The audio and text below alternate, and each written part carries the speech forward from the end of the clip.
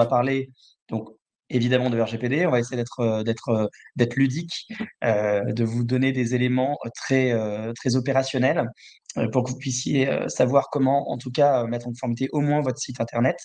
Et on va commencer évidemment d'abord par le RGPD, ma vie, mon œuvre, avec quelques petits éléments pour savoir un peu ce que c'est que le RGPD, puisque dans le RGPD, on n'a pas que le site internet, même si c'est une partie très visible. Et après, on parlera des points clés, hein, comme vous le voyez dans le résumé, points clés pour mettre en conformité son site internet. Après, on parlera de quelques autres éléments, comme des outils, des prestataires à les connaître, etc. Et on finira par un volet de questions-réponses où je tenterai de répondre à vos questions. Voilà. Alors, Top. Juste pour avant que tu commencer, passes, donc pardon, n'hésitez excuse-moi. pas à venir faire un petit coucou dans le chat, puisque vous êtes nombreux, donc n'hésitez pas à faire un petit coucou, comme ça permet de tous se dire bonjour. Si vous voulez même présenter votre activité, allez-y, comme ça pourra donner des billes à Raphaël. Et si vous avez n'importe quelle question pendant le webinaire, le but du jeu, c'est de poser vos questions, comme ça on pourra y répondre en live, ce sera beaucoup plus sympa, et comme ça moi je pourrais intervenir, poser des petites questions complémentaires à Raphaël et le challenger, parce que le but du jeu, c'est qu'on sorte tous grandis de cette session. Donc profitez-en, il est là pour vous et c'est gratuit. Vous avez un maître à votre disposition gratuitement. Donc profitez-en. Allez, vas-y, à toi, Tout à Raphaël. fait. Et tu as entièrement raison, il faut qu'il y ait d'interaction, n'hésitez pas. C'est ça qui est beaucoup plus sympa, hein, donc effectivement, n'hésitez pas à poser de questions et il faut bien que je sois challengé, hein, sinon c'est le but du jeu. Sinon, c'est pas drôle. Alors, Si tu dis des conneries, il faut le dire. exactement. Alors, donc, je vais commencer par me présenter. Donc, Julien disait maître, alors il est gentil parce que je ne le suis plus maintenant. J'ai été effectivement avocat pendant plusieurs années dans une ancienne vie. J'étais en gros le numéro 2 d'un gros cabinet, enfin d'un département IT et RGPD d'un gros cabinet parisien. Et j'ai quitté mes fonctions pour co-créer cette structure qui est DPO il y a 1 an et demi. Voilà, devenir gérant et pouvoir être vraiment face aux clients, développer aussi le projet client et proposer ma propre manière de traiter le RGPD. Donc là, écoutez, vous voyez, je suis un ancien avocat, j'ai 36 ans, j'aime beaucoup 24 heures chrono, même si j'ai pas fini. Euh, et, euh, et donc voilà, maintenant je suis gérant d'une structure de 13 personnes. Et je parlerai, hein, Julien, je parle un peu de DPO ou je parle plus tard? Ouais, rapidos, mais tu en parleras aussi plus tard. Mais sinon, et n'hésitez pas à ajouter Raphaël sur LinkedIn pour ceux qui ne sont pas déjà en contact avec lui. Comme ça, il pourra répondre à toutes vos questions en lien avec le webinaire. Si vous nous regardez en live là ou en replay, ajoutez-le bien. Vous pouvez m'ajouter aussi, moi, Julien de Romo, pour poser toutes vos questions en lien avec ce webinaire ou d'autres, ou toutes questions en lien avec le web marketing. Et ouais, Tout à vas-y, fait. présente rapidement DPO et puis on en reparlera à la fin s'il y a des questions. Ça roule. Alors, DPO, écoutez, on est DPO externalisé. Je sais pas, nous, on a à peu près 200, entre 160 et 200 clients aujourd'hui, dont alors, Pilotine, Donc, pilotine. ouais, dont Pilotine, exactement, pour que tout soit transparent. Nous avons RATP, nous avons le groupe L'Express, l'Union sociale pour l'habitat, énormément de startups aussi du moment, Live Mentor, Studio Pop, etc. Bref, donc voilà voilà à peu près ce qu'on fait. Tu voulais dire quelque chose, Julien? Ouais, juste pour compléter, donc l'intérêt de passer par un DPO externalisé, mais on reviendra sur cette notion après. Mmh. Pour une boîte comme nous, c'est voilà, quand on ne veut pas internaliser cette ressource, qu'on n'y connaît rien ou qu'on a la flemme, du coup, c'est pas mal parce que ça permet de faire justement correctement les choses, d'être nickel chrome d'un point de vue de la législation et de pouvoir avancer sereinement sur son business parce que voilà, c'est pas notre cœur de métier. Nous, par exemple, c'est de faire des sites internet et pas de faire ça. Inversement pour Raphaël, c'est de faire DPO et c'est de pas de faire des sites internet. Donc chacun son boulot, quoi. Exactement. Et juste pour rebondir là-dessus, pour que vous compreniez bien ce qui se passe, hein, le mouvement qui est en train de se passer au niveau RGPD, de toute façon, on va en parler un peu avec ce qu'il y a après dans les grands principes finalement. Mais c'est qu'il y a un grand mouvement qui est en train de se passer sur le RGPD. Il y a encore 1 an, on pouvait lire des articles de gens qui disaient le RGPD, ça sert à rien. Je crois que maintenant, il y a plus grand monde qui oserait dire quelque chose comme ça, hein. C'est-à-dire qu'il y a eu vraiment un mouvement de fond là qui est en train de se passer au niveau des structures. Donc on le voit de manière concrète et on en parlera de toute façon lors de la présentation. Mais les choses changent très fortement. Donc en fait, les structures, même de taille petite ou moyenne, maintenant sont challengées. Et aujourd'hui, en fait, on se rend compte auprès de nos clients que ce qu'on gagne, c'était par exemple même des structures, effectivement, dans le digital, qui avaient des outils, etc., qui étaient dans la prospection, enfin peu importe, qui étaient normalement très liés au digital et au traitement des données, qui n'étaient challengées par personne. Et maintenant, en fait, elles sont très vite bloquées dès qu'elles veulent monter en termes de business. Dès qu'il y a une évolution, hop, elles ont de face à eux un DPO dans une grosse boîte, fini. En fait, elles ne peuvent plus vendre. Donc, ce qui fait qu'aujourd'hui, heureusement, donc nous, c'est ça le credo, hein, c'est qu'on permet à tout type de structure, quelle que soit la taille, de pouvoir se mettre en conformité à des prix tout à fait acceptables, simplement et compagnie. Et donc, nous, l'objectif, c'est ça, c'est de permettre, comme l'a dit Julien, que vous ayez quelqu'un qui soit comme si vous aviez un spécialiste RGPD chez vous. Et donc, par exemple, nous, on peut challenger tout type d'autres structures. Voilà, ça le but. Ok. Bon, on reparlera de ta structure après, Ouais, parce que là, le but, c'est d'apporter plein d'informations tout cool. à Mais fait. pour finir avec ça, l'avantage, enfin, pourquoi on vous présente ce webinaire, c'est pour que vous ayez tout en main pour le faire de votre côté, la mise en conformité de votre site.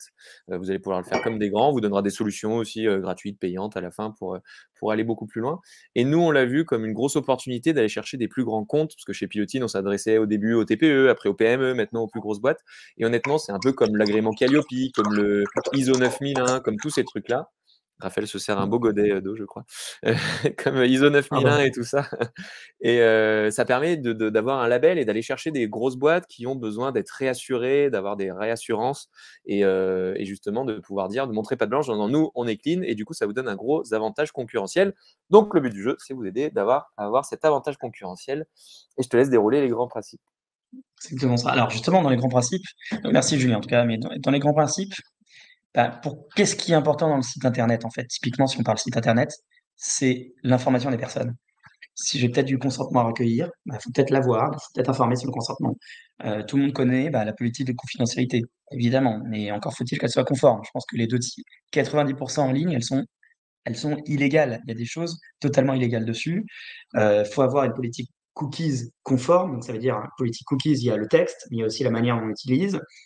Euh, il y a évidemment avoir son mode de cookies, tout ça, c'est des choses un peu traditionnelles, mais donc en fait, c'est l'information des personnes. C'est ce qui parle en premier aux gens, parce que c'est ce qui se voit le plus. C'est pour ça que le site internet est aussi important, mais en fait, vous verrez que le site internet, c'est très bien, c'est très important, parce que ça fait une vitrine, mais en fait, c'est pas non plus. Vous avez un beau site internet, vous êtes nickel chrome sur le site internet au RGPD. Si derrière vous êtes nul, ça n'ira pas. Voilà. Mais ça permet quand même déjà d'avoir une belle façade et ça peut quand même déjà vous aider dans beaucoup de situations. Donc, c'est quand même loin d'être anecdotique. Le RGPD, il n'y a pas que ça. Il n'y a pas que l'information des personnes. Il y a le contrôle des prestataires techniques, de vos sous-traitants. Et ça va vous parler parce que quand j'ai un site internet, j'ai un bandeau cookies. Je peux l'avoir interne, mais je peux l'avoir en externe, du Elementor, du Acceptio, du Didomi, etc., etc. Je peux avoir un hébergeur, je peux avoir un serveur CDN, je peux avoir un outil de monitoring, j'ai tous mes outils cookies que j'utilise, du Google Analytics, etc. Bref, je peux avoir du Calendly, je peux avoir plein d'outils. Et bien, ces outils, il faut les contrôler. Et si vous ne les contrôlez pas et qu'il y a un problème chez eux, c'est votre problème. Donc, il faut les contrôler. Mais c'est aussi, il faut contrôler les transferts en dehors de l'Union européenne qu'il peut y avoir, parce que vous en avez qui sont situés aux États-Unis. Pour pouvoir utiliser ces outils, il faut avoir les éléments nécessaires et signer les documents nécessaires et compagnie. Ça, quasiment personne ne le sait. Donc, les trois quarts des gens, je vais vous donner un exemple, Hotjar. Si vous utilisez Hotjar, je suis sûr que vous l'utilisez de manière illicite. Il faut signer des documents avec eux, ce que vous ne faites pas. Donc contrôler les prestataires techniques, c'est fondamental. Et après, le RGPD et mille autres trucs. L'un des trucs qui fait peur, c'est la durée de conservation. Combien de temps j'ai le droit de garder une donnée, même pour le prospection? Je suis dans mon formulaire de contact, je prends une donnée, euh, un contact d'un prospect, d'un lead. J'ai le droit de le garder combien de temps? J'ai le droit de faire quoi avec lui, etc. Donc il y a tous ces juges-là. Puis après, il y a les registres, les sensibilisations, le produit si vous en avez un, c'est-à-dire la plateforme SaaS que vous devez mettre en conformité, etc. Donc c'est tout un ensemble, le RGPD. Mmh. D'ailleurs, bon, tu vas me montrer des exemples très concrets juste après. Là, tu as cité pas mal d'outils. Je vous ai mis le lien de Hotjar. Par exemple, Hotjar, c'est un outil qui est hyper sexy, effectivement, parce qu'il permet de savoir exactement ce que les gens font sur votre site. On voit la souris des gens se balader sur le site, cliquer sur les boutons, on peut savoir énormément de choses. Mais effectivement, pour les utiliser de manière légale, il faut aller un petit peu plus loin. Mais il y a plein d'outils vachement chouettes. Et tu as raison, maintenant, après, il faut regarder un petit peu d'où ils viennent, est-ce que la donnée, en fait, elle est réglo, parce qu'on pourrait se faire avoir, plus tard. Donc, ce qui est bien, c'est Exactement. de savoir là où on s'engouffre, quitte à ce que vous le fassiez de manière illégale. Après, vous faites comme vous voulez, mais au moins, le but du jeu, c'est que vous sachiez ce qui est clean de ce Mm. qui est un peu moins clean. Oui, et puis il faut savoir un truc tricky avec le RGPD qui est important à savoir. Pour ceux qui peut-être connaissaient ce qui se passait avant le RGPD, avant on faisait des déclarations auprès de la CNIL. Je faisais une déclaration, j'étais considéré, à partir du moment où j'avais fait une déclaration en ligne, j'étais considéré a priori comme conforme, même si en fait après je faisais n'importe quoi. Aujourd'hui, c'est pas ça. S'il y a un problème, on vient vous voir et on vous dit démontrez-moi que vous faites les choses bien. Donc là, vous devez avoir une sorte de petit dossier qui dit bah regardez, j'ai ça, c'est contraint et machin. Sinon, vous n'êtes pas bon. D'accord. Donc voilà, ça c'est ça qui peut être compliqué avec le RGPD, un peu insidieux. N'hésitez pas s'il y a déjà des questions, n'hésitez pas.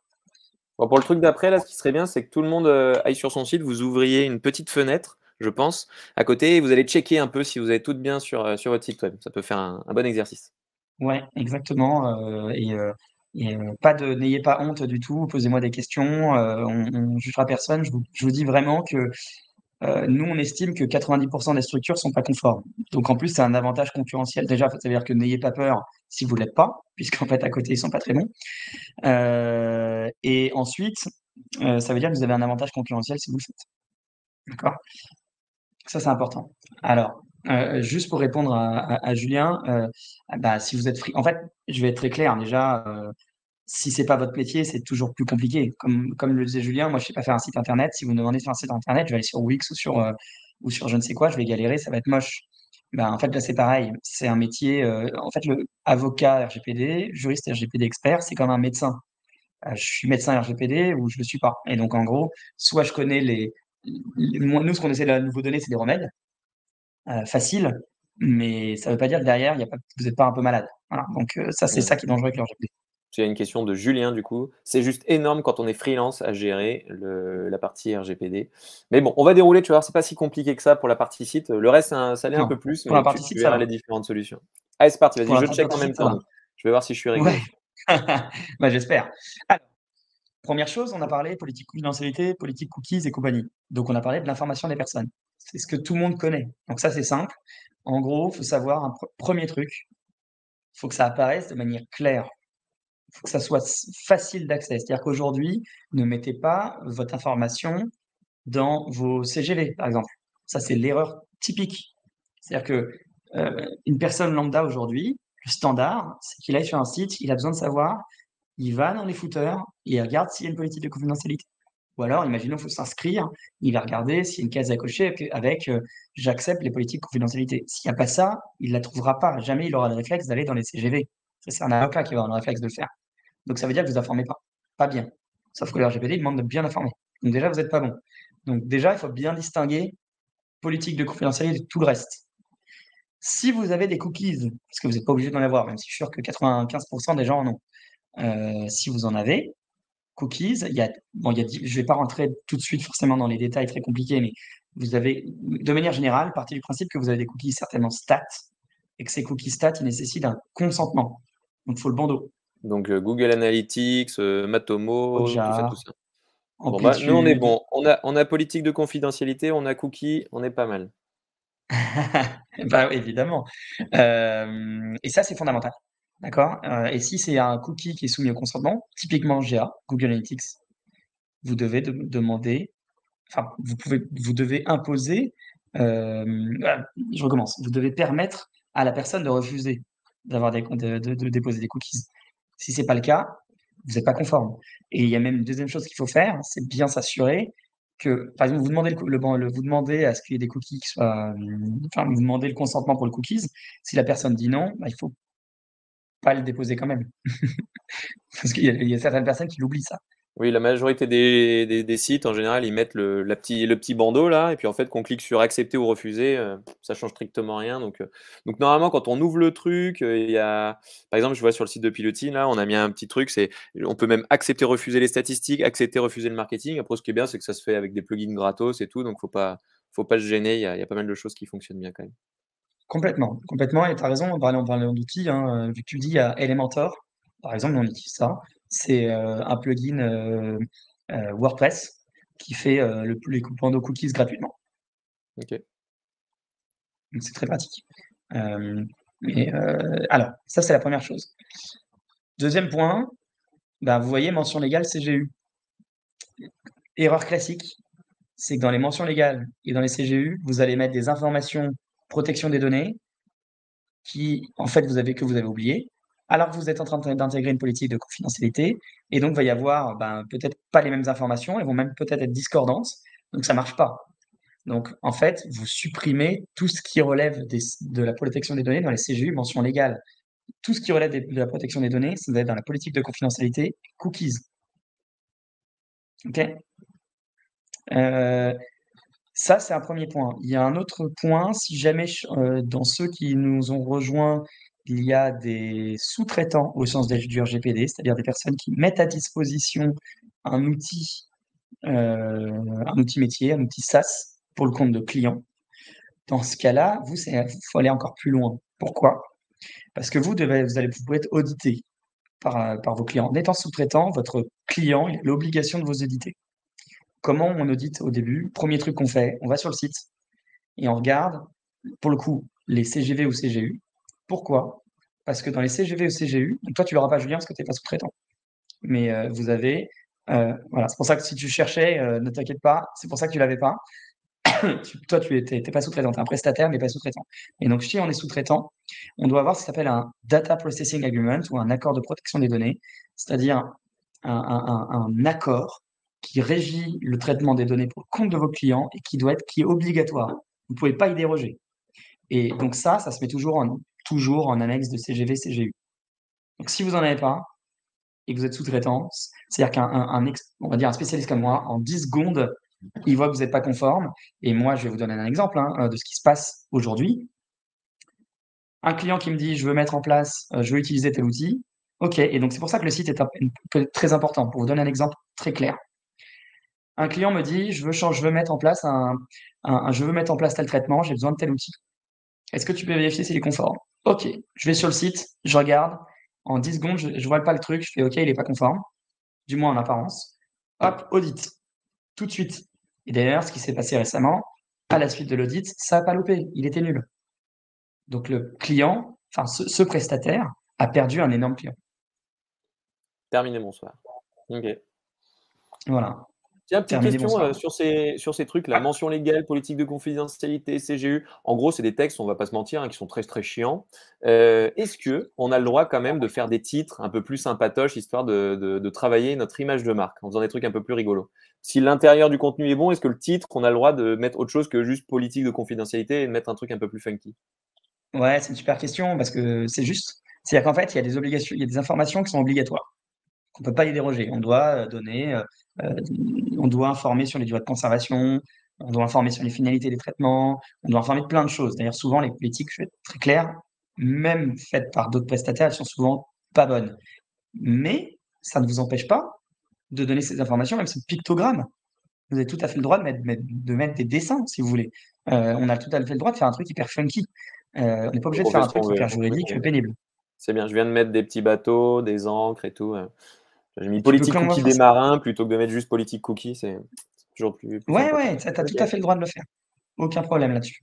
Okay. Voilà. Je vois qu'il y a juste une question, Julien, de Clarisse. Yes. Quel type de cookie ne nécessite pas de bandeau de recueil de consentement? Les cookies dits nécessaires ou tous les cookies du coup? Ouais, et donc ça, bonne question, et c'est par rapport à ce qu'on disait tout à l'heure. C'est donc tout à l'heure, tu as parlé de Matomo, Julien. Ouais.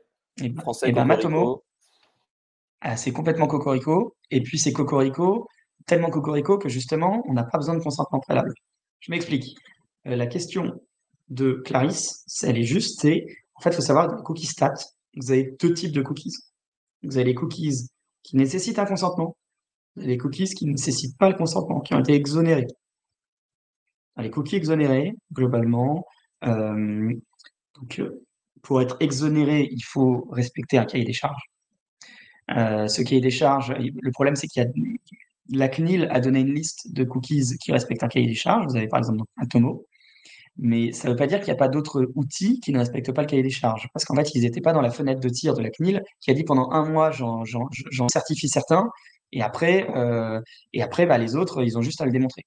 par exemple, je vais faire évidemment de la pub pour un client, mais on a un client qui s'appelle Pledzi, qui est une belle boîte de marketing automation, que tu connais, Julien, je crois, hein, Ouais, on est c'est client aussi. ça, hein. Voilà, qui est une super boîte. Et ben eux, ils fournissent ils fournissent un outil de formulaire de contact et de landing page avec des cookies qui sont complètement exonérés. Ils sont pas dans la liste CNIL, mais ça n'empêche pas que leur cookie est totalement exonéré de consentement. Donc en gros, ce qu'il faut savoir, c'est que il y a, il y a des cookies exonérés et des cookies non exonérés. Le mieux, c'est de faire un mix. C'est-à-dire, vous avez par exemple du Hotjar, du Google Analytics, du Matomo, etc. Donc, certains exonérés, certains pas exonérés. Dans le bandeau cookies, ça ne concerne que les non exonérés, donc ceux pour lesquels il faut le consentement. Si les gens acceptent rien, bah, vous avez quand même des cookies stats avec les non exonérés, avec les exonérés, pardon. Et si les gens acceptent tout, bah, vous avez tout. Voilà. J'espère que j'ai bien répondu à votre question, mais en gros, c'est des cookies stats. Et sachez juste qu'il y a une liste sur la CNIL, mais que malheureusement, elle n'est pas exhaustive. Donc, c'est pas là forcément la meilleure piste, même si ça donne des éléments. Ok. Allez, vendu. On passe à la suite. Yes. Donc, politique confidentialité, on en a déjà un petit peu parlé, mais pour aller Ouais. donc, tout petit peu plus dedans rapidement, parce qu'on en a déjà parlé. En gros, ça sert à quoi? Ça sert à informer. Donc, en gros, si vous avez une politique qui fait 18 pages, qui est hyper juridique, très compliquée, typiquement ce que je faisais quand j'étais avocat, en fait, on ne répond pas aux besoins. Parce que ce que dit le RGPD, c'est qu'il faut qu'un enfant de 5 ans il comprenne. Si vous faites un truc hyper compliqué juridique, l'enfant il comprend pas. Ah ouais, Donc un c'est enfant mort. de 5 ans, c'est chaud quand même. Ouais. Ah, mais en Bon, gros, il faut 8 que ce ans si tu soit veux. accessible vraiment à tous et il faut pas mettre de Ouais, charabia dans tous les sens, tout ça. Ok. exactement. Il faut que ce soit simple, clair, efficace. Ça, c'est le premier point. Si elle n'est pas simple, claire, efficace déjà, et qu'elle est longue, compliquée, déjà, c'est là que vous répondez pas aux besoins. Mm. Déjà. Ensuite, dedans, il faut dire bah, qu'est-ce que vous faites? Pourquoi vous utilisez des données? Quel type de données? Pour combien de temps? Est-ce qu'il peut y avoir des transferts en dehors de l'Union européenne? Etc., etc. Donc, il y a un nombre d'informations importantes à donner. Si vous en oubliez une, vous n'êtes pas conforme. Il faut tout donner. Et c'est important de le faire parce qu'on peut se faire vite embêter par la CNIL pour ça. Mm. Bon, ça paraît un peu lourd comme ça, parce que si on regarde les textes de politique de confidentialité, ils sont quand même un peu costauds. Mais ce qui est cool, c'est que Raphaël, vers la fin du webinaire, il va vous donner un petit outil qui vous permettra de gagner énormément de temps. Ça, c'est chouette. Complètement, complètement. Parce que, comme je l'ai dit, ce qui est pénible avec le RGPD, c'est qu'il y a des mentions obligatoires à mettre. Et si vous ne les mettez pas, vous pouvez être dans la mouise. Je vous donne un exemple typique. Nous, on a un client qui n'avait pas tout ce qu'il fallait parce qu'il n'était pas encore passé par un spécialiste. Il avait oublié une mention. Il y a un de ses concurrents qui s'est bien amusé à lui faire une demande d'accès. Il n'a pas répondu dans les règles de l'art. Hop, cette personne en a profité pour faire une plainte à la CNIL. Bim, lettre de recommandation, enfin pardon, pas de recommandation du tout, justement. Pas content, lettre de pas content de la CNIL. Lettre de Euh, blâme. Lettre de blâme, exactement. Mise en demeure de démontrer qu'on fait bien les choses.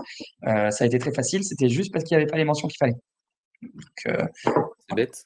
Mais bon, du coup, ça a mis un coup de stress énorme et ils ont tout fait à l'arrache et ça a été compliqué, quoi. exactement, exactement. Donc, s'éviter ces stress-là. Donc voilà. Mais effectivement, faut pas avoir trop peur, hein. Il y a des éléments qui permettent de le faire et des outils qui permettent de faire ça bien. Donc voilà. En gros, pour la politique confidentialité, politique cookies, c'est à peu près la même chose. En gros, faut informer et un point important, c'est qu'il faut qu'elle soit distincte. Ça, c'est une erreur qu'on voit souvent. Les gens, ils vont mettre un pataquès comme ça avec la politique confidentialité et les cookies en dessous. En gros, c'est illisible. Surtout, en gros, pareil, il faut que ça soit simple, il faut que ça soit clair. Donc, une politique enfin, moi, ça, c'est un avis personnel, hein. C'est-à-dire que tous les autres, vous verrez tous les autres prestataires, ils vous mettent une liste comme ça de tous les cookies avec le cookies XZ28238 et une liste comme ça de trucs techniques. Personne n'y comprend rien, ça n'apporte aucune information. Moi, je ne mets pas ça. Ce que je voulais savoir, c'est OK, j'ai les cookies de session. OK, j'ai les cookies stats. OK, je peux avoir des cookies pour la publicité. OK, je peux avoir des cookies pour connaître la source d'arrivée du lead. Et je les garde pour tant de temps en moyenne. Voilà mes destinataires, etc. Là, c'est clair. Voilà. Par contre, savoir que le XZ 2018, etc., il fait telle chose, c'est pas clair du tout. D'accord? Donc, pareil, il faut qu'elle soit indistincte et deux claire. Mais clair, ça veut pas dire, ça veut dire quand même, ça veut pas dire ne pas donner toutes les informations. Il faut qu'il y ait toutes les informations, mais de manière simple. Voilà. Donc c'est à peu près la même logique. Donc pareil, pour votre politique cookies, si elle est illisible, si elle est compliquée, c'est pas bon. Top. Le bandeau cookies. Le bandeau cookies, le fameux. Alors là, il y a un peu tout à boire et à manger. En gros, ce qu'il faut savoir, on l'a dit tout à l'heure, si c'est un cookies stat, pour faire plus simple, si vous avez pas de cookies déjà, que des cookies de session, voire pas de cookies du tout, pas besoin d'avoir de bandeau cookies. Néanmoins, on est dans un monde où aujourd'hui, les gens ils font par réflexe, on peut pas leur en vouloir, c'est pas leur métier. Donc si vous n'avez pas de bandeau cookies et qu'on va sur un site internet, il n'y a pas de bandeau cookies, même si juridiquement vous avez raison, les gens vont se dire que vous n'avez pas raison et que vous n'êtes pas confort. Donc, si vous n'avez aucun cookies, je vous recommande de prendre juste une version gratuite de n'importe quel bandeau cookies, où vous dites juste que vous avez des cookies techniques. Point. Et comme ça, les gens, ils ont au moins leur bandeau, ils sont rassurés. Ça, c'est la première chose. Si vous avez par contre des cookies stats, là, il y a deux situations. Situation 1, je n'ai que des cookies exonérés. Normalement, pas besoin de bandeau cookies. On revient à la même situation. Mettez-en un quand même. Vous dites, on collecte des données stats, c'est exonéré, machin, il n'y a pas besoin de consentement. Point. Par contre, si vous avez des cookies stats, là, il faut, et non exonérés, là, il faut bien avoir une mention qui indique qu'il y a des cookies statistiques, à quoi ça sert, et qui renvoie vers la politique de confidentialité, de la politique cookies, pardon. Et surtout qui permet de tout accepter ou de tout refuser. Là, vous avez par exemple un bandeau cookies de cookies exonérés, puisqu'il n'y a pas de tout refuser. On peut que accepter. D'accord? Ah ouais. C'est vrai. Quoi d'autre? Un point, ça c'est un avis personnel, qui va pas faire d'amis, mais c'est pas grave. La réalité, ce qu'on constate, c'est que, par exemple, vous avez des cookies, des bandeaux cookies qui ont fait ça de manière intelligente. À l'origine, c'était une très bonne idée à l'origine, c'est de pouvoir, justement, ils font à peu près tout ça, ils vous permettent de choisir. J'arrive sur le site, on va avoir sélectionné le cookie si j'ai pas envie. Par exemple, si je me dis je veux pas tout refuser, je veux en accepter quelques-uns, je vais accepter que celui-ci, celui-ci, celui-ci. La réalité, c'est que personne fait ça. La réalité, c'est que soit j'accepte, soit je refuse. Personne ne va dans le détail en se disant, bon, je veux bien avoir un dépôt de Google Analytics, mais par contre, Hotjar, j'ai pas envie. Évidemment, c'est impossible. Là où je veux en venir, c'est qu'en fait, les bandeaux cookies payants, ils proposent ça. Mon avis, c'est que ça sert à rien. Donc, autant avoir un bandeau cookies gratuit qui dit juste oui ou non. Ça revient au même, en fait. Sauf que c'est gratuit. Après, c'est un avis perso. Ok. Non, mais que je n'avais pas avant, hein, que je me fais au fur et à mesure de ce que je vois et des statistiques.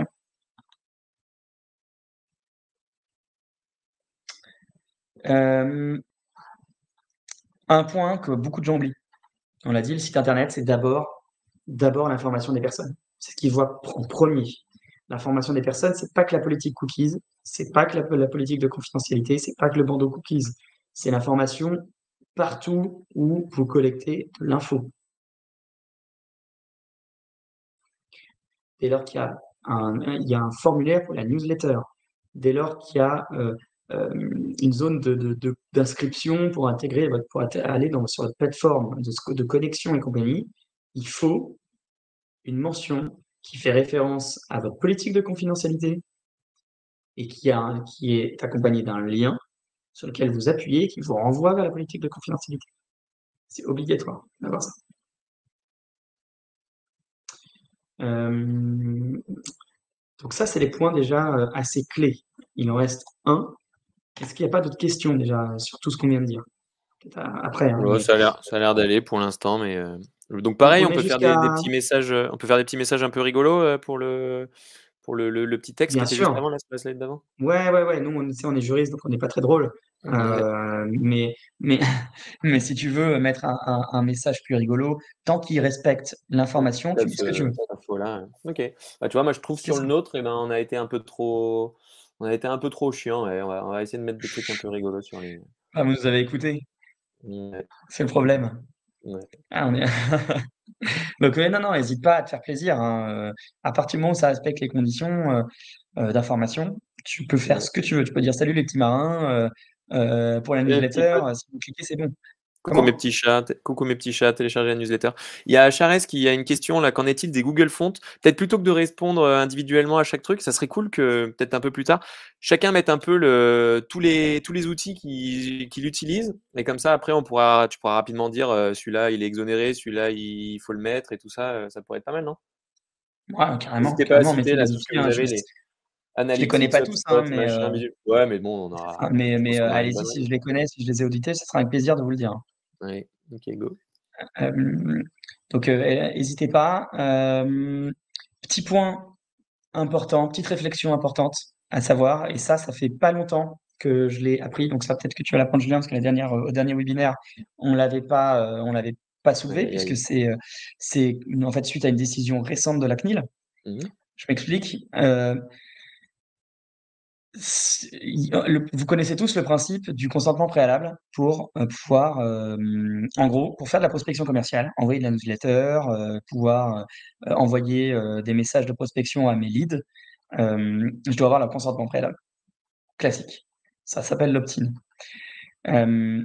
En fait, mais il y a des exonérations, des exceptions à cette opt-in. La première exception, c'est je suis client je suis client. C'est-à-dire que j'ai été client, par exemple, vous allez chez Uniqlo, vous achetez en ligne chez Uniqlo, bah, à partir du moment où vous avez acheté, normalement, ils ne sont pas censés vous demander votre accord pour vous envoyer de la prospection commerciale. Hein, vous avez été client, ils ont le droit de le faire. La question qui se pose, c'est si je suis, par exemple, juste je me crée un compte gratuit sur, par exemple, Amazon. Est-ce que là, le fait d'avoir créé juste un compte gratuit, est-ce que je suis considéré comme client et donc on peut m'envoyer de la prospection commerciale? La réponse de la CNIL est non.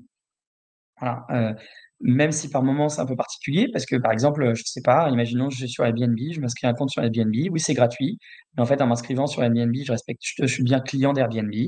Même si finalement à la fin j'ai pas réservé, bah, j'ai bien bénéficié d'un service qui me permet, qui m'a permis de savoir qu'il y avait pas de truc qui me convenait. Donc j'ai bien été client, mais bon, la CNIL considère que c'est pas le cas. Donc ça marche pas déjà. Donc ça veut dire que s'il y a juste une inscription à une plateforme, vous n'avez pas le droit de la considérer comme client, la personne, tant qu'elle n'a pas payé. Ça, c'est le premier point. Et donc, qu'est-ce que ça veut dire? Ça veut dire que vous avez deux options. Là, par exemple, vous voyez sur l'équipe, ils mettent une case à cocher, recevoir la newsletter de l'équipe, recevoir les offres de notre partenaire. Pourquoi il faut réfléchir. Je dis pas que ce qu'ils font, c'est mauvais, j'en sais rien. C'est à eux de voir leur stratégie commerciale. C'est peut-être par rapport à des statistiques, mais voilà, moi, ce que je vous dis, en tout cas, sur quoi il faut réfléchir. Si je suis déjà client de l'équipe, c'est-à-dire que je me suis abonné à l'équipe, je ne me suis pas créé un compte, je me suis abonné. Dans ce cas-là, bah, en fait, ils ont le droit de m'envoyer de la prospection commerciale automatiquement, puisque je tombe dans l'exonération.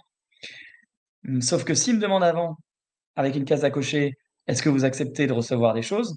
Bah, je vais pas cocher. Évidemment que je vais pas cocher. Donc, je vais pas Personne donner ne mon accord. coche. Personne ne Personne coche. ne coche. Donc, je vais pas donner mon accord. Donc, sauf que si j'ai pas, ils m'ont demandé mon avis en amont. J'ai dit non. Donc là, il y a plus d'exception. Là, je t'ai dit non. Donc, l'exception, elle tombe. Donc, tu n'as plus le droit de m'envoyer de la prospection, même si j'étais client. Donc, tu perds du lead. Ah là là là là. Faut contacter l'équipe, faut leur dire là. Ils perdent un nombre de leads incalculable. Bah ouais, non, mais c'est vrai. Donc ça, c'est important. À savoir. Par contre, évidemment, là, vous voyez un exemple qui a recevait les offres de nos partenaires. Là, ça veut dire que peu importe que vous soyez client ou pas, parce que de toute façon, ça sera jamais, comment dire, j'ai un partenaire, c'est Pilotin, par exemple. Il y a un client qui devient client d'EPO, ben, mon partenaire, normalement, j'ai pas le droit de lui envoyer de la prospection j'ai pas le droit de lui envoyer des bases de données de mes leads ou de mes clients comme ça. Là, je suis toujours, pour le coup, obligé de demander l'accord préalable. Un point important, c'est que tout ce que je vous ai dit là, c'est en B2C. En B2B, il n'y a pas d'opt-in. Donc en B2B, vous avez le droit d'aller en ligne, vous avez le droit d'aller sur Sales Navigator, sur un LinkedIn, de vous dire: ah bah tiens, Julien Demereau, c'est le piloting, ça me plaît bien, j'ai envie de le prospecter parce que je pense que mon service peut lui plaire. Ok, bah vous avez le droit de prendre son mail, de le prospecter. Et paf! Ouais, effectivement, ça je le dis toujours à mes petits étudiants aussi, hein, vous pouvez y aller comme des gros bourrins sur les, alors je crois il faut quand même qu'il y ait un lien entre ce qu'on raconte et le poste de la personne. C'est Si la vrai. personne elle est au jardinage et qu'on lui vend un truc, pour des RH, en général, ça marche pas trop, mais si on voit un truc de RH à des gens en RH, là, ça le fait, quoi. Exactement, donc prenons le RH, hein, tout à fait, tu as tout à fait raison de préciser ça. Même si je vois rarement des gens qui envoient n'importe qui, mais là, c'est quand même une condition, tu as raison, hein. Si on prend l'exemple des RH, ben, j'ai le droit d'envoyer, ma pub pour mon SI RH, par exemple, j'ai le droit de l'envoyer à des DRH et à des DG et à des dirigeants. Les 3 ils sont concernés, Ouais. pas de problème. Par contre, je vais peut-être pas l'envoyer au directeur marketing, Non. évidemment. Mais bon, vu que c'est en Heu B2B, ça passe un peu mieux, quoi. Mais ça passe, ouais, ça passe un peu, mais là, tu es dans la limite. Mais plutôt, disons, je vais pas l'envoyer à un opérationnel, par exemple, un opérationnel qui, je sais pas, imaginons, tu as une RATP, je vais pas l'envoyer au chauffeur de bus. Non. Voilà. Donc ça, c'est les règles. Donc réfléchissez bien à ce sujet-là, hein, si vous êtes dans cette situation, est-ce que ça vaut pas le coup de supprimer cette case à cocher? Moi, c'est ce que je conseille, ne la mettez pas parce qu'en fait, personne la coche. Et si vous la cochez, si on je la co et pas le droit de la précocher évidemment, sinon ça serait trop facile. Voilà. Tu voulais dire quelque chose, Julien? Ouais, non, bah, nous, sur le site, on a beaucoup de trucs de téléchargement de livres blancs, d'inscription à des webinars, des choses comme ça. Et c'est vrai qu'on met pas la case à cocher, on raconte juste comment vont être utilisées leurs données en leur disant juste s'ils veulent pas du tout qu'on les contacte, bah, faut pas qu'ils s'inscrivent. Mais en général, voilà, on s'embête Ouais. pas à mettre des cases à cocher dans tous les sens, parce qu'après, en gestion, c'est une horreur, ce truc. Et puis toi, tu es en B2B, en Et plus, moi, je suis en B2B, effectivement, donc c'est plus donc tu as fastoche. même pas besoin de le faire. Mais ta Ouais. remarque est très bonne parce qu'en B2B, c'est l'exemple typique de l'erreur à faire. Si en B2B, vous mettez la case à cocher alors que vous avez pas besoin, bah, si vous respectez pas, vous êtes obligé de respecter le refus, de ne pas cocher la case, donc vous C'est perdez ça, du lead. Donc exactement. donc c'est des petites choses comme ça à savoir qui permettent de ne pas perdre du lead et c'est quand même important. Mmh. Parce qu'il faut quand même faire attention avec la prospection commerciale, pas faire non plus n'importe quoi. On peut se faire un peu, on peut se faire massacrer même quand on respecte les règles. Ça, on sait de quoi on parle, n'est-ce pas, Julien? Mmh. Là, je parle pour nous, hein. On pourra raconter cette anecdote plus tard, même si c'était il y a longtemps. Voilà. Donc ça, c'est les cinq points importants qu'on a identifiés sur un site. Déjà, vous avez ça, vous êtes bien. Sachant qu'évidemment, derrière, après, il y a les prestataires techniques à contrôler. Il y a plusieurs choses. Si vous avez peut-être des fonctionnalités spécifiques sur vos sites, eh ben, il faut normalement s'assurer qu'elles marchent bien et que c'est bien fait. Mais déjà, si vous faites ce qu'on a dit là, ben, vous avez en apparence quelque chose de plutôt nickel. Voilà. Et pour finir et pour faire ma pub là 2 secondes, vous pouvez même avoir des prestataires comme nous, où vous mettez un label RGPD, fait par une structure qui est reconnue. Comme ça, vous avez sur votre site en plus label RGPD, confirmé. Alors, faut en avoir un qui vaut quelque chose. Donc, Mmh. c'est vrai que le petit drapeau Europe que les gens prennent, ça vaut rien. Il faut que ça vienne d'un prestataire. Mais Mmh. par exemple, il y a aussi des solutions comme ça. Parfait. Et comme ça, si vous faites des bêtises, c'est eux qui se font taper sur les doigts. C'est nickel. Ouais, Passez par eux, mettez le petit drapeau. OK. Alors les outils mais du le mettez coup. pas si vous n'êtes pas client, Non. hein. Alors, sur les outils, d'abord les outils bandeau cookies. Donc j'en ai déjà un petit peu parlé, il y en a plein de très bien.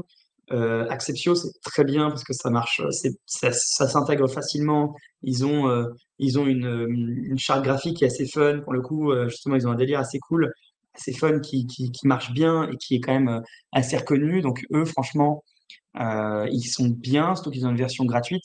Ouais. Après, le défaut, c'est que ça monte très vite en termes de prix, très Mmh. très vite. Ça devient vite très cher. Et comme je vous l'ai dit, je commence à me demander si ça vaut vraiment le coup, puisque le jeu choisi que vous voyez ici, en fait, personne ne le fait. Et c'est ça que vous payez. Donc, en fait, un Elementor qui est gratuit, c'est peut-être moins joli, c'est moins sexy, mais en fait, c'est gratuit, quoi. Mmh. Donc, à voir. Après, c'est plutôt une question de ligne éditoriale.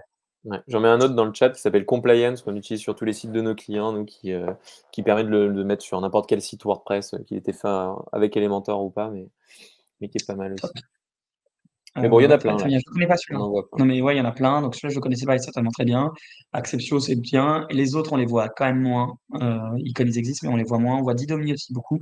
Voilà. Donc en tout cas, il y a tout ça. Et Elementor qu'on voit beaucoup puisque c'est gratuit. Bon, en gros, choisissez le moins cher et celui qui se met en place le plus facilement, parce que de toute façon, il faut juste le mettre, quoi. Exactement. Si vous avez WordPress, Elementor, c'est un plugin, c'est rapide. Prestataire à connaître. Faut Ah, savoir. Eh ouais, là, on y est, on y est. Faut savoir une chose, c'est que vous avez plein d'outils dans tous les sens RGPD. Le problème, c'est qu'en fait, il y en a un qui va vous dire, bah, moi, je fais les phares de la voiture, moi, je fais les pneus, moi je fais le coffre ou voilà. En gros, pour avoir, pour avoir une voiture qui est neuve, une voiture qui marche, une voiture où il n'y aura pas de problème, le frein qui va pas marcher et compagnie, là vous êtes obligé de passer par un DPO externalisé. Ça, vous n'avez pas le choix. Par contre, vous avez donc des outils qui vous permettent, bah, quand même, comme on l'a dit, au moins de bien nettoyer la voiture, d'avoir la belle couleur, d'avoir quand même les phares qui marchent. Donc, en tout cas, quand j'arrive, que je vois la voiture, j'ai l'impression qu'elle est bien, même si peut-être derrière le moteur il marche pas. Mmh. En Une tout cas, en tuning, apparence, c'est quoi. bien. Avoir une voiture un peu tunée. Voilà, bah ça pour avoir ça, et ça c'est quand même plutôt cool, et ça, il y a plein d'outils là-dessus. Et en plus, le DPO nickel chrome, c'est peut-être pas adapté pour tout le monde. On l'a dit, hein, ça dépend aussi à qui vous vous confrontez. Si vous êtes jamais confronté, ça sert peut-être pas à grand-chose, à voir. Non. Donc vous Mais nous, avez par exemple, certains. nous qui voulons monter de cibles et être sur des plus gros clients, on est un peu obligé. Quand on est avec des tout petits clients, tout ça, effectivement, ça peut être plus Exactement. loin. Et là, le site suffit. Euh, Même si c'est quand même de moins en moins vrai, hein. Je dis ça à Julien parce qu'on a Mmh. une asso là, par exemple, qui s'est fait embêter, on lui a, on ne bloquait, on bloquait, leur partenaire bloquait les financements qui étaient Ouais. indispensables pour leur survie uniquement à cause de ça, quoi. Mmh Et mh. là, c'était pas le site. Mais néanmoins, encore une fois, ça reste quand même vrai sur certains secteurs, sur certains points. Le site suffit. Donc, c'est déjà très bien de le savoir. Vous avez des outils, comme par exemple, je crois que c'est WordPress, il propose des modèles. Oui. Après, ils sont pas personnalisés, mais vous avez quand même des modèles. Alors, ils seront peut-être pas très beaux, mais ça fait quand même, ça peut faire le job. La CNIL fournit des modèles. Pareil, ils sont peut-être pas très beaux, mais ça peut faire le job. Euh, Nous, donc il y a, bon, les TPE personnalisés très bien. Et après, nous, on est en train de proposer avec Pilotine quelque chose de beaucoup plus funky. C'est qu'en fait, nous, on a développé un outil de génération de doc qui là, en fait, vous répondez enfin, on répond à un questionnaire simple. Ça permet d'avoir des documents, politique confidentialité, politique cookies, nickel chrome, avec toutes les mentions qui vont bien, parfaitement personnalisées, et vous êtes tranquille au moins sur l'aspect politique confidentialité, politique cookies. Et donc ça, on est en train de le tester avec Pilotine. Donc si vous avez une question là-dessus, n'hésitez pas à aller voir Pilotine qui s'occupe de ça. Ouais, donc pour tous ceux qui sont en live là ou ceux qui regarderont en replay, n'hésitez pas à l'indiquer dans le chat ou indiquer en commentaire si vous êtes intéressé pour tester un peu en avant-première l'outil et ce qui va permettre de générer du coup politique de confidentialité, cookies, peut-être à terme d'autres choses, mention légale, CGV, tout ça. Ouais. C'est en cours de réflexion, mais si jamais ça vous intéresse de le tester, mettez un petit message pour qu'on puisse revenir vers vous pour vous le mettre à disposition. Mm. Complètement. Euh, Et c'est gratos, bien entendu. et ouais. Hop, question-réponse. Je fais bibliographie, Alors, question-réponse avant. question-réponse. Alors, il y a des petites questions. Donc, alors, il y a Charles qui disait, est-ce que les Google Fonts, ça doit rentrer dans le truc d'accepter ou pas? Parce que c'est un service de police de caractère qui est issu de Google, donc on utilise un flux externe. Est-ce que ça, on doit demander l'acceptation ou non? Alors, c'est une bonne question. En fait, il faut distinguer, et c'est ça qui n'est pas forcément facile. Quand on a un site internet, vous avez des scripts, on va dire. Tout ce qui va être script, lié vraiment à votre code. Bah, Mhm. là, c'est pas un prestataire. En fait, on fournit une librairie de code, de script. Et dans ce cas-là, bah non, il n'y a pas besoin c'est votre code, c'est votre script. Vous juste vous prenez quelque chose dans une base de données publique, enfin, du moins libre de droit. Donc, pas Euh, besoin de demander alors. Pas besoin de demander. Par contre, si vous avez d'autres outils, on a parlé du Sentry pour le monitoring, du Calendly pour avoir pour pouvoir réserver des agendas, enfin réserver des créneaux, Mm. tout ce qui peut être cookies, les bandeaux cookies, etc. L'hébergeur, il y en a plein, hein. Il peut y Des outils de avoir marketing automation. et marketing automation, landing page, on l'oublie, Mm. landing page. Pour avoir du Elementor, du Unbounce, du Pledzi. C'est donc un prestataire qui vont s'occuper de ça pour vous. Des formulaires de contact ou les chatbots. Par exemple, chatbot, vous pouvez avoir du HubSpot, du Zendesk, du Crisp. Voilà. Et alors là, on Tout demande ou ça, on demande pas quand on a tout ça? on demande, on demande. Enfin, on On demande. demande tout le temps. On, Enfin, on leur dit, on demande. attention, En fait, on est en train de vous traquer, quoi. quand tu dis on demande, c'est on demande quoi? Qui demande à quoi? Pour qu'on soit sûr Bah de non, bien mais comprendre. est-ce qu'on l'indique sur le bandeau ou pas, quoi? Ah, ok, c'est pour ça que je voulais te poser la question. Non, pas forcément. Parce que ça dépend s'il y a les cookies, pas cookies. YouTube, tu es obligé de demander, par exemple, cookies. Mhm. Par contre, alors chatbot, ça peut être au démarrage, ça peut être ce genre de choses. Mais je pensais même, quand je dis demande, c'est que de toute façon, il faut les contrôler. Mais effectivement, si vous avez de la vidéo, un YouTube, il dépose des cookies. Donc en fait, il faut normalement, ça peut plus s'afficher d'office comme c'était le cas avant. Si vous avez du chatbot, normalement, ça devrait être le cas, mais c'est quand même très très rare. Donc finalement, moi, j'embête pas trop les gens avec ça parce que c'est quand même compliqué. Il y a peu d'outils qui le permettent de le faire, donc c'est quand même bloquant. Même si la réalité, c'est qu'il faudrait le faire. Voilà. En gros, c'est ce genre de choses. Par contre, effectivement, vous avez par exemple votre outil de formulaire, c'est du HubSpot, par exemple. HubSpot, ils vont avoir du HubSpot Analytics. Il n'est pas exonéré. Il faut demander consentement. Mmh. Bon, en tout cas, si vous avez une liste un peu exhaustive des outils que vous utilisez et que vous souhaitez vérifier, n'hésitez pas à l'envoyer à Raphaël, qui se fera un plaisir de vous répondre. Mais nous, je crois qu'on en avait une vingtaine et effectivement, j'ai dit ceux-là, il faut les contacter, ceux-là, c'est bon, machin. Du coup, c'était assez clair et c'est pas mal d'avoir la réponse. Ok, et une question de Laetitia. En B2B, dans les newsletters, est-ce que le bouton se désinscrire est obligatoire? Alors, bonne question. La réponse, elle est oui et non. Je m'explique. Euh, sur le site internet, vous n'avez pas besoin d'avoir un bouton se désinscrire à la newsletter.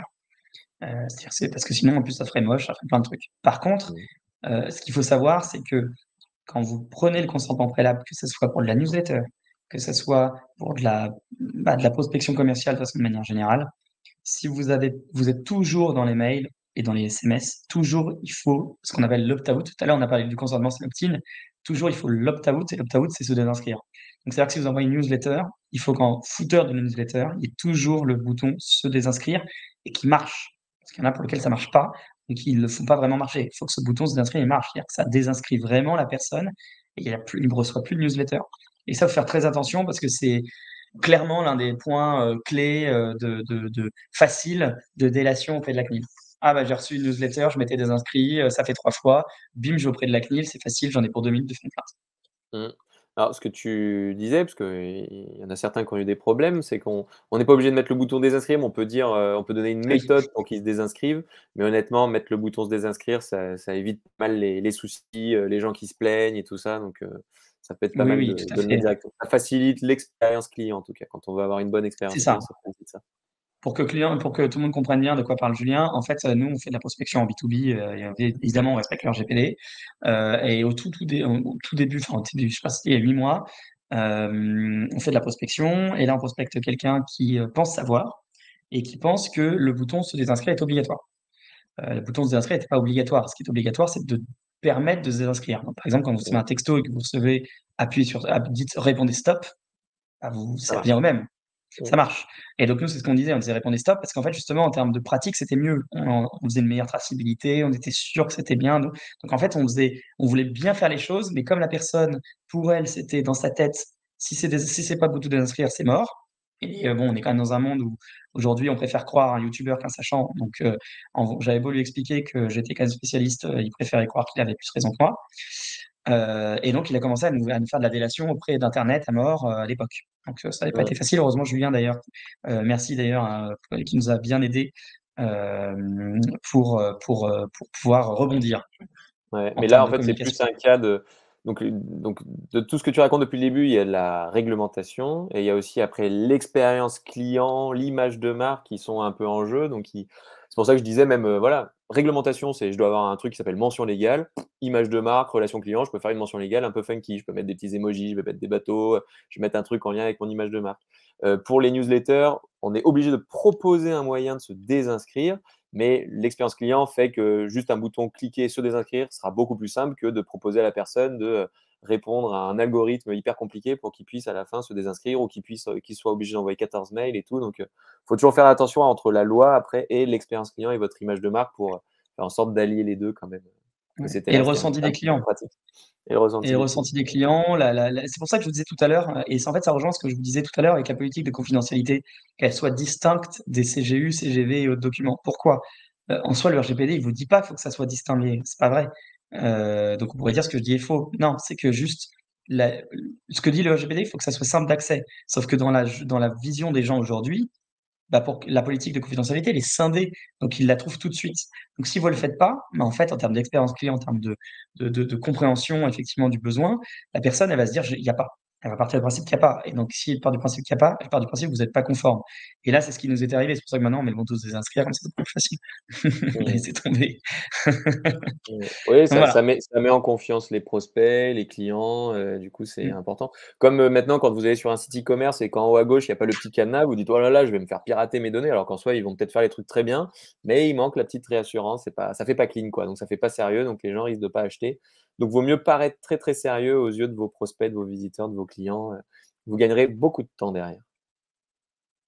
C'est juste. Exactement. Ouais. Et tu as Est-ce encore qu'il y a quelques d'autres petites questions? slides, non? Ouais, non, il y a bon, s'il y a Ouais, des questions, allez-y, sinon il y en avait plus, mais il y a quelques petits slides. De mon côté, juste une petite bibliographie. Vous avez un livre écrit par plusieurs avocats, dont une que je connais très bien, parce que c'est une ancienne collègue, Léa Paravano. Donc, c'est un très bon livre, très didactique. Ils ont essayé de faire quelque chose de simple. Donc, vous avez le lien il s'achète notamment à la Fnac, donc qui est très bien. Vous avez après, évidemment, sur notre site, on met beaucoup de contenu aussi.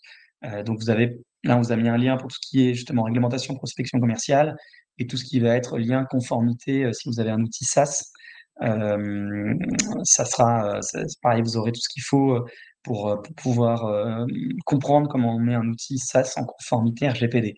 Donc voilà, n'hésitez pas aussi à aller sur notre site et à voir tout le contenu que vous pouvez trouver. Il y a aussi d'autres webinaires qu'on a fait aussi avec Julien, avec d'autres personnes. Vous y trouverez, je pense, quelque chose d'intéressant. vous trouverez tout votre bonheur. J'ai mis les liens dans le chat, n'hésitez pas à les redemander, si vous regardez en replay. Ou, du coup aussi, on va vous envoyer à tous la présentation, donc vous retrouverez tout ça sur la présentation, il y a pas de souci. Une petite Je rebondis question juste une seconde, RGPD? excuse-moi Julien, Ouais, justement sur ce que dit, sur le dernier message qui a été mis. ouais. Je me permets RGPD juste de vu rebondir. comme une contrainte en France, alors qu'il s'agit tout simplement d'un avantage compétitif aujourd'hui. Vas-y. Ouais, et ça, je veux juste rebondir parce que c'est très juste. Il faut savoir qu'aujourd'hui, justement une enquête qui a été faite auprès des structures. 92% des boîtes qui sont en conformité remarquent un avantage compétitif très fort. Et moi, sans prêcher par ma paroisse, on le voit vraiment par rapport à nos clients.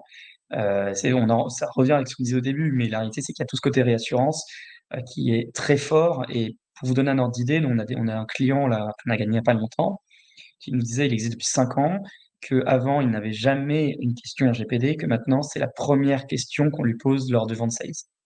Et que s'il ne sait pas répondre, il perd le client. C'est pour ça qu'il a été obligé de prendre un dépôt externalisé. Donc, il y a vraiment, aujourd'hui, c'est vraiment un avantage concurrentiel. Et juste pour finir là-dessus, c'est d'ailleurs ce qui fait exploser les startups en France. Il y a beaucoup de startups qui arrivent, ils prennent un concept américain, ils le copient, ils le font brander français, conforme RGPD, ils cartonnent. Donc ça, effectivement, tout à fait d'accord avec la personne qui a mis le dernier commentaire.